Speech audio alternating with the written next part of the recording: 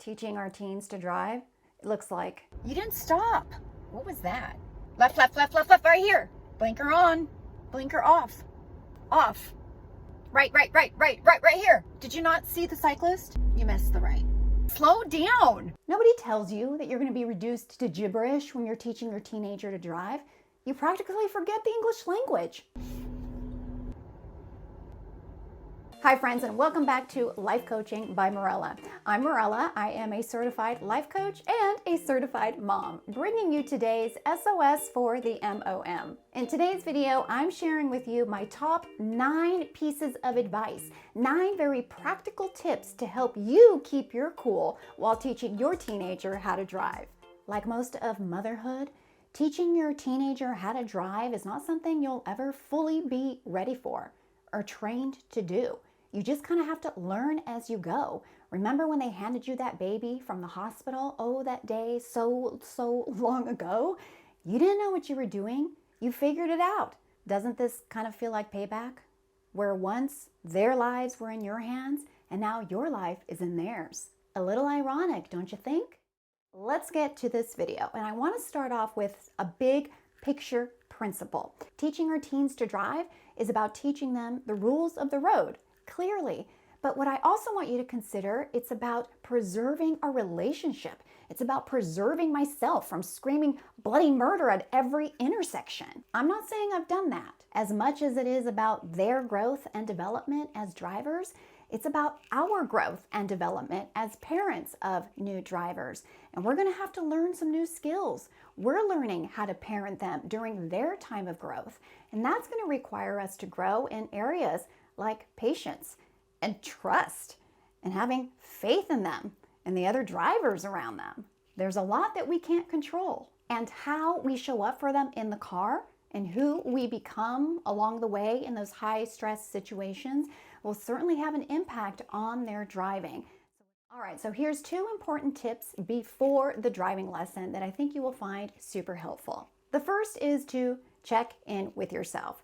What's your state of mind? If you are feeling stressed out, if you're already tense at the beginning of the lesson, maybe this is not a good time to take your teen out for a driving lesson. If you're rushed and trying to squeeze it in into a whole list of other things that you have to get done that day, that's probably not the best time. We need to be at our best.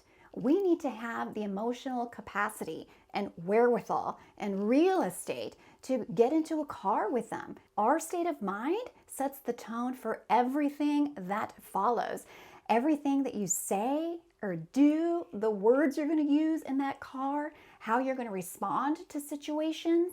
If you're already nervous or stressed out from the get-go, just know that what comes flying out of your mouth is going to be from that worried or anxious state. Moms, it is normal to be nervous. I'm not saying don't be nervous, but you got to get it together and you got to hold yourself accountable. If you want a positive experience in that car with your teenager, it's going to start with having a positive attitude beforehand. Because if you're not calm from the beginning, it's only going to get worse. So ask yourself, what's your state of mind? The second tip for you is to set an intention for the lesson itself, the driving lesson, and for yourself, which simply means is to have a plan. Think about it beforehand.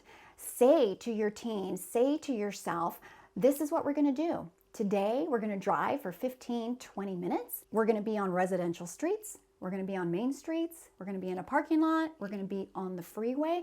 You're setting the intention, the agenda, and you're making it clear. Now you know what to expect and what you're in for when you don't have control behind the wheel. I think it's always wise to know ahead of time what the plan is instead of being all willy-nilly in the moment and figuring it out as you go. Again, this helps you maintain a sense of control when you feel like you have none. Now, as far as having an intention for yourself, I want you to decide ahead of time, who are you going to be? What kind of mom are you going to be when you're in the car with your teenager? Are you going to decide you're going to be their biggest cheerleader? Or are you going to default to being their biggest critic? If we don't decide this ahead of time, we know where we default to. I want you to decide ahead of time. This is how I'm going to conduct myself. This is how I'm going to relate to my teenager. And you can be honest. Talk to them about it. Tell them in advance. Hold yourself accountable. You can say something like, I know that sometimes I get a little worked up and I'm at an 8 or a 9 or a 10, but I'm working on that. I want to encourage you. I want to help you grow in confidence. And I want to help you become a confident driver. Keeping ourselves in check, moms, is huge. Remember, we set the tone for what goes on inside the car. If we want to have a positive experience, then we have to know how to keep it positive, which means we got to stop the yelling and the screaming and the scolding. All that does is frustrate them, exasperate them, and it doesn't actually help them learn. So we got to keep our emotions in check. And tip number 3 is just to simply know that all your words of wisdom, your knowledge, your years of experience and common sense, it won't be welcomed with open arms. And that's because they're not ready to hear it. They're not there yet. They haven't learned just the very basics of the road. Plus, their brains are still underdeveloped. Our teens can only take in so much information, and maybe they're not ready to hear all the added stuff that you want to pour into them. So we got to be patient with them. Maybe not over-contextualize things. I know that's something that I tend to do. I talk and I talk and I talk maybe a little too much, and it can be overwhelming for our teens. So my suggestion to you is to really keep it simple. Gauge what they're ready to hear and what is too much. Tip number 4 is to practice the same route over and over again, because what you want to do is help them master a certain skill. When you master a certain skill, it's naturally going to build confidence. And remember that the geography is somewhat new to them. Sure, they've ridden down these streets before with you as the driver, but now it's coming alive to them in a different way. So by having them practice over and over again on the same streets, it will naturally build their confidence.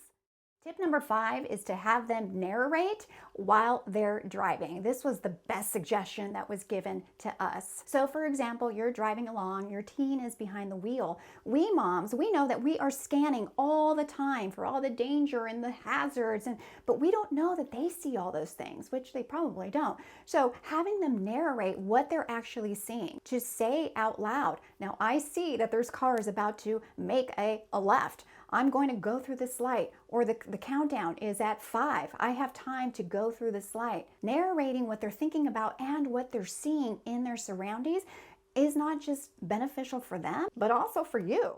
Tip number 6 is we got to put our egos aside, moms. We got to agree with whatever training that they've had beforehand, whether it be online or with a certified driving instructor. We got to hold ourselves back from judging what it is that they've learned to do that's current and is probably the law right now. Let's refrain from saying things, saying that's stupid, makes so much more sense if you did this. No, let's teach them to respect the laws and affirm that they even know the law. Tip number 7 is to balance the ratio between criticism and compliments. It's so easy to get lopsided in this. Our tendency is only to point out their flaws and their mistakes. But keep in mind, for every critique that you give, I also want you to spend some time affirming what they're doing well. Remember that they're learning layer by layer. We really got to affirm just the basics, that foundation, and then build from there. Know that they're not going to see everything that you see. Like I said, they're not going to have radar for the hazards and the danger or the potential things that could go wrong, but affirm what they are doing well, and that's only going to help you go further, faster in their training.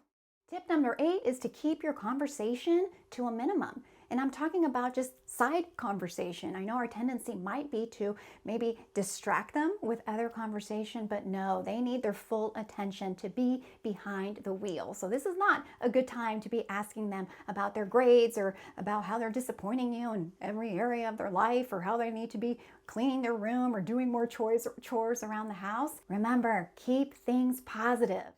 Tip number 9 is to debrief at the end of every driving lesson and spend some time connecting with your teenager. Affirm what they did well. Go over the things that were potential hazards or mistakes. see what they learned from them, give them feedback, but I want you to really pay attention and listen to them. Ask them for feedback. How could you help them in your future driving lessons together? Share with them your own stories, your own experiences, and normalize whatever it is that they're feeling. Remember, this time that we spend driving with our teenagers, this is about protecting our relationship, being the parent, continuing to love them, nurture them, and build them up, build their confidence so they can become confident drivers someday. That's it for now, friends. Thanks for joining me. And would you let me know which of the 9 tips really resonated with you? And which one will you put into action the next time you take your teenager out for a drive? Connect with me below, like this video if you did, and don't forget to subscribe if you haven't already. I will connect with you next time. Blinker, turn off the blinker.